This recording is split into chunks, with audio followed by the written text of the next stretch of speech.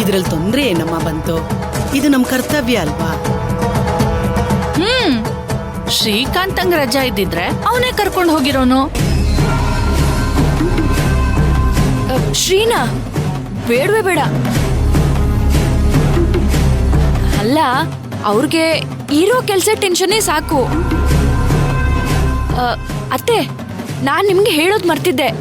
ನನ್ನ ನೋಡಕ್ಕೆ ಅಕ್ಕ ಬರ್ತಿದ್ದಾಳಂತೆ. ನಾನು ಅವಳ ಜೊತೆನೆ ಡಾಕ್ಟರ್ ಹತ್ರ ಹೋಗ್ಬರ್ತೀನಿ.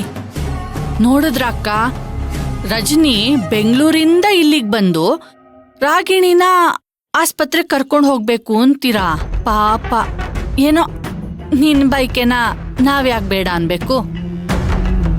ನಾಳೆ ಒಂದಿನ ನಾವು ಕರ್ಕೊಂಡು ಹೋಗ್ತೀವಿ, ಮುಂದಿನ ಸಲದಿಂದ ನಿಮ್ಮ ಅಕ್ಕನೇ ಕರ್ಕೊಂಡು ಹೋಗ್ಲಿ ಅಲ್ವಾ ಅಕ್ಕ? ಹೌದಮ್ಮ ರಾಗಿಣಿ. ಹಾ ಸರಿ, ಹೋಗೋಣ.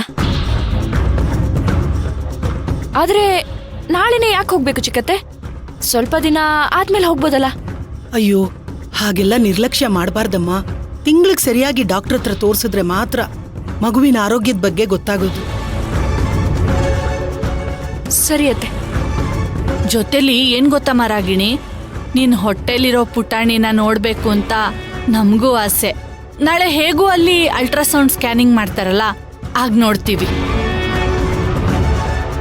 ನೀನ್ ಹಣ್ಣು ತಿಂತಿರೋದ್ ನೋಡಿ ನನ್ಗೂ ತಿನ್ಬೇಕು ಅಂತ ಆಸೆ ಆಗ್ತಿದೆ.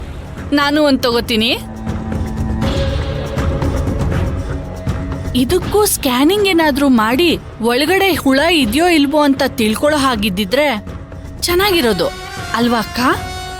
ರಾಜಿ, ಅಂದ್ರೆ ಸ್ಕ್ಯಾನ್ ಮಾಡಿ ಒಳಗಡೆ ಹುಳ ಇದೆಯೋ ಇಲ್ವೋ ಅಂತ ತಿಳ್ಕೊಂಡು ಆಮೇಲೆ ಕೊಂಡ್ಕೋಬೋದಿತ್ತು ಅಂತ ಅಲ್ವಾ ರಾಗಿಣಿ?